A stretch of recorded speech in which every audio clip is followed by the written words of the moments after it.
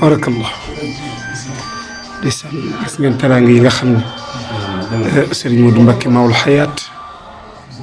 defal na ko mbokk mi waaye gis ngeen ni muy joxe raxas mi suñ Cheikhouna mu Cheikh Matullah moom Xaadim Rasul xam nga ni fi la mbaax yem fi la woyof yem ak taalibe bi fi rek la yem gis nga mbokk mi def ni moo leen di jox kenn par kenn ñu raxasu suñu Ahmadou Lamine Njëgin mbokk mi surtout maam Ahmadou Baro li yéeme na dégg nga allahu akbar seet kenn mos a gis li seet allahu akbar la ilaha illallah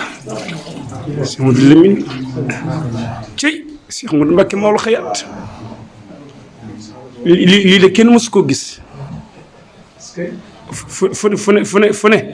kilifa yi dem nañ fa waaye kilifa gu yëkkati raxasu di jox mbokkam moroom kilifam naan ko raxasu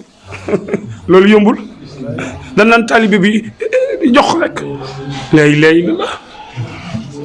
balay si bëri sëñ Mbacké Maram Cheikh Ahmadou Mbacké Maoul Hayaat jàmbaar ji la ilaha illallah kenn mës a gis li c'est jërëjëf Mbacké laa ilaaha illallah kenn mës a gis li balay si bëri sëñ Mbacké Maram c'est laa ilaaha illallah